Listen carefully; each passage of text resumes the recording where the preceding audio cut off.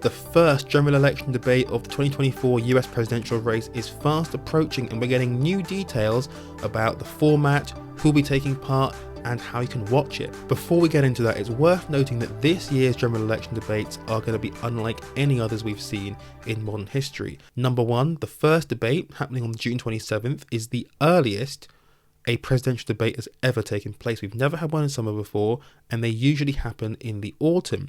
The other reason why it's historic is because it's the first time since 1988 that these debates will not be organised by the Commission on Presidential Debates. The Commission was set up in 1987 as a bipartisan forum by which these debates could be set up. The first debates under them happened in 1988, and they've continued all the way right up until 2020. But this year, both candidates have shown a dissatisfaction for the Commission. I think the Biden team were not happy about what happened in 2020, and the Trump campaign and the GOP have been unhappy with the Commission for a while. They've accused them of being biased and all that stuff. Neither candidate was happy with them this time around, and so they both decided, you know what, we're going to ditch you guys and we're going to do it our way. How we got to these debates is also really interesting because there were questions early this year about whether or not debates would happen between Biden and Trump. In fact, some of the big networks in the US even wrote a joint letter to the campaigns urging them to take part in debates. Trump had also been on the record saying that he'd debate Biden anytime, anywhere, and so essentially Biden called his bluff and one day out of the blue tweeted and said, CNN has agreed to a debate on June 27th, do you accept? ABC has agreed to a debate on September 10th, do you accept? And the Trump campaign, for some bizarre reason, just said yes. I mean, you wouldn't have expected that in the past, but the Trump campaign just completely took the bait. There was no argument, no dispute. I mean, of course, there would have been negotiations behind the scenes. So, you know, CNN, ABC would have been working behind the scenes for months to try and get these debates secured. But the way it played out just one morning, out of the blue, this tit for tat on social media ended up with two debates happening, one in June, one in September. So that's how we got here. The first debate is on CNN, June 27th. The second debate on ABC News on September 10th. Now we've got to talk about how the debates are going to work and what the format will be, because they're going to look very different from what we're used to. So we know for certain now that it will be Biden and Trump on the debate stage. Both candidates have met CNN's qualification criteria to be on the debate stage. Robert F. Kennedy Jr., thank goodness, didn't meet those qualifications. He will not be on the stage. Now, the rules for the debate are as follows. There'll be 2 commercial breaks during the debate, which is not usual for presidential debates. In those commercial breaks, campaign staff may not interact with their candidate at any time. The candidates are going to be at podiums. Microphones will be muted throughout the debate, except for when the candidate is speaking. There are no prompts allowed, no pre-written notes, only a pen, a pad of paper, and a bottle of water. Right? It'll be hosted in Atlanta by Jake Tapper and Dana Bash, 2 of the best political journalists out there. It's going to be absolutely incredible. The campaigns took part in a coin toss to determine some other elements of the debate. The coin landed on the Biden campaign's pick, which was tails. So the Biden campaign got to choose between whether it wanted to select the president's podium position or the order of closing statements. The Biden campaign chose to select the position of the podium, and he will be stood on the right-hand side of the screen, and Donald Trump will be on the left side of viewer screens, which I believe is exactly the same of how it was the first debate in 2020. You had Chris Wallace in the middle, who was the moderator at the time. Biden was on our right side, Trump was on our left side, so it will look exactly the same as it did 4 years ago. The Trump campaign got to choose the order of closing statements, and the Trump campaign chose that the former president would deliver the last closing statement, which makes a lot of sense because you want to be the last person speaking, have that lasting impression with viewers. So Biden will go first at the conclusion of the debate. Now, the other fascinating thing about the debate is how it's going to be broadcast, because usually with the commission held debates, they'd be broadcast on all the networks, no problem, no commercial breaks, straight 90 minutes and done. But this time around, CNN is exclusively producing the debate. There are going to be commercial breaks, and there are very strict rules around how the debate can be broadcast on other networks, because other networks will be carrying this on a simulcast. That is going to be allowed. but there are rules as to how they can do so. According to the LA Times, CNN's on-screen logo, the bug, must appear throughout the simulcast, according to the network's conditions. Other networks are allowed to use their own bugs and their own logos on screen, but they cannot obscure the CNN logo. CNN is also requiring other outlets to refer to the event as the CNN presidential debate, getting all that branding in there.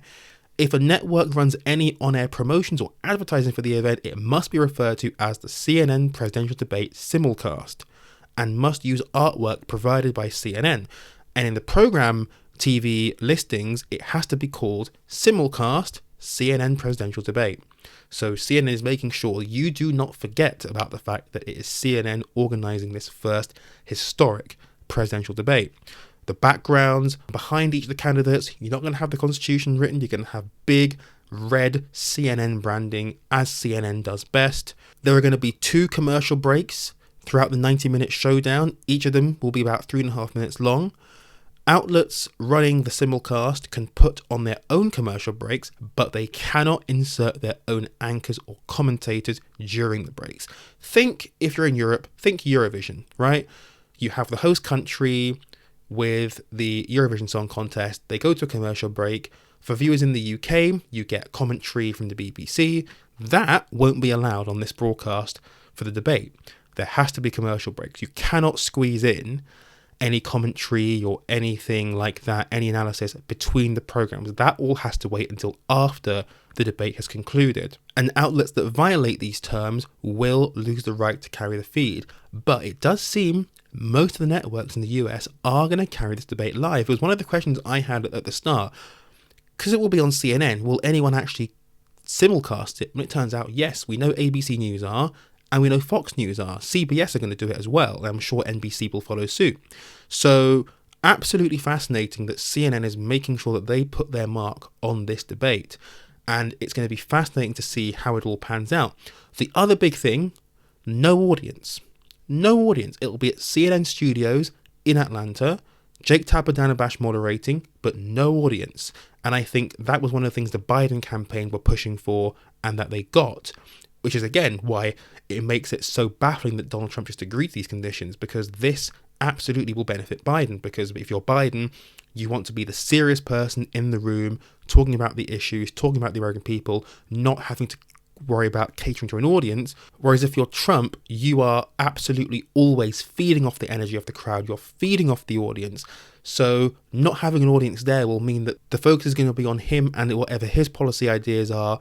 And I think he might struggle without the feedback and without the response from the crowd. So in terms of the strategy of having a debate in the summer, this was clearly the Biden campaign's doing. They wanted to have an early debate, and it's pretty clear why. They're behind in the polls, or neck and neck in the polls. They need a way of revitalizing the race, and they need to, most importantly, define who Donald Trump is. Yes, I know, we all know who Donald Trump is, but they have to define who he is, because so much has happened in the last 4 years. We had January the 6th.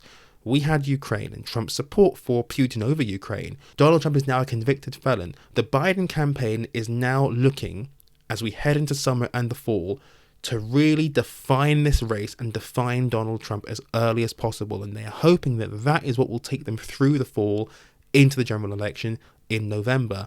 But of course it comes with risks. One thing that I'll be looking out for on the night is whether or not Biden goes into Trump's status as a convicted felon, and whether Trump will talk about Biden's son, Hunter Biden's status as a convicted felon. It's really, really interesting, because you would think that it would be obvious for Joe Biden to attack Donald Trump being a convicted felon, this, that, the other. But actually, I can see a scenario where Biden ends up saying, this guy's a convicted felon, and then Trump will hit back and say, so is your son. And instantly, there is no benefit to Biden making that point. Trump has hit back with an absolute zinger. So I'm very intrigued to see if Biden will go down that route. On the other hand, if Trump starts talking about Hunter Biden, people might think, well, A, you're a convicted felon yourself, but B, you're not talking about the issues that matter to the American people. I saw a veteran GOP strategist make this point on CNN the other day, and I thought it was really interesting. Both candidates will need to talk about how they are going to tackle the issues of the American people. right? Biden now has a record to defend. Last time it was Trump's record in the middle of the pandemic. This time it's Biden's record, and he's gonna have to defend his record. He's gonna have to say to Americans why the economy is doing so well, even if they can't feel it. Why is the economy doing so well? He's gonna have to tout all of his achievements on infrastructure, climate, COVID relief, the CHIPS Act, all of that stuff. He'll have to tout it and persuade the American people that he deserves 4 more years. For Trump, it'll be trying to create a sense of nostalgia for his presidency. No new wars, record jobs, record employment, all of that stuff is what he'll be talking about, and it'll be fascinating to see which of those visions breaks through. The other important thing I will mention is on both of their ages, right? And how they're going to perform, in terms of how they look and how they sound on the night. Really interesting that the Republicans and Trump keep going after Biden's mental acuity. I think completely falsely. But they keep saying Sleepy Joe, he can't finish sentences, yada, yada, yada. And I think that they are setting themselves a very big trap. We've seen this time and time again, underestimating Joe Biden and setting the bar really low for him. We've seen this at the last 2 State of the Union addresses. Republicans go into each one saying, Sleepy Joe, doddery, can't finish his sentences, blah, blah, blah, blah, blah. Biden comes along, delivers an absolutely barnstorming State of the Union address. I mean, the 2024 one was absolutely extraordinary. 2023, Biden basically got Republicans to agree to not cutting Social Security on the House floor. It was absolutely remarkable. It was an absolutely electric environment. Biden really can deliver these amazing moments when he is under pressure like that. And I think that Republicans are setting themselves a trap, because if they're going into this debate saying that Biden is in decline, and Biden comes along and just does average, all of a sudden that will look like to people, oh my God, Biden is full of energy, he's incredible, what the heck? And that will undermine Republicans' messages. Overall, though, I cannot wait for this first debate to happen. It's going to be a very late night for me. We finally get a big event to revitalise this contest, and this will hopefully be the start of a very fascinating campaign heading into November.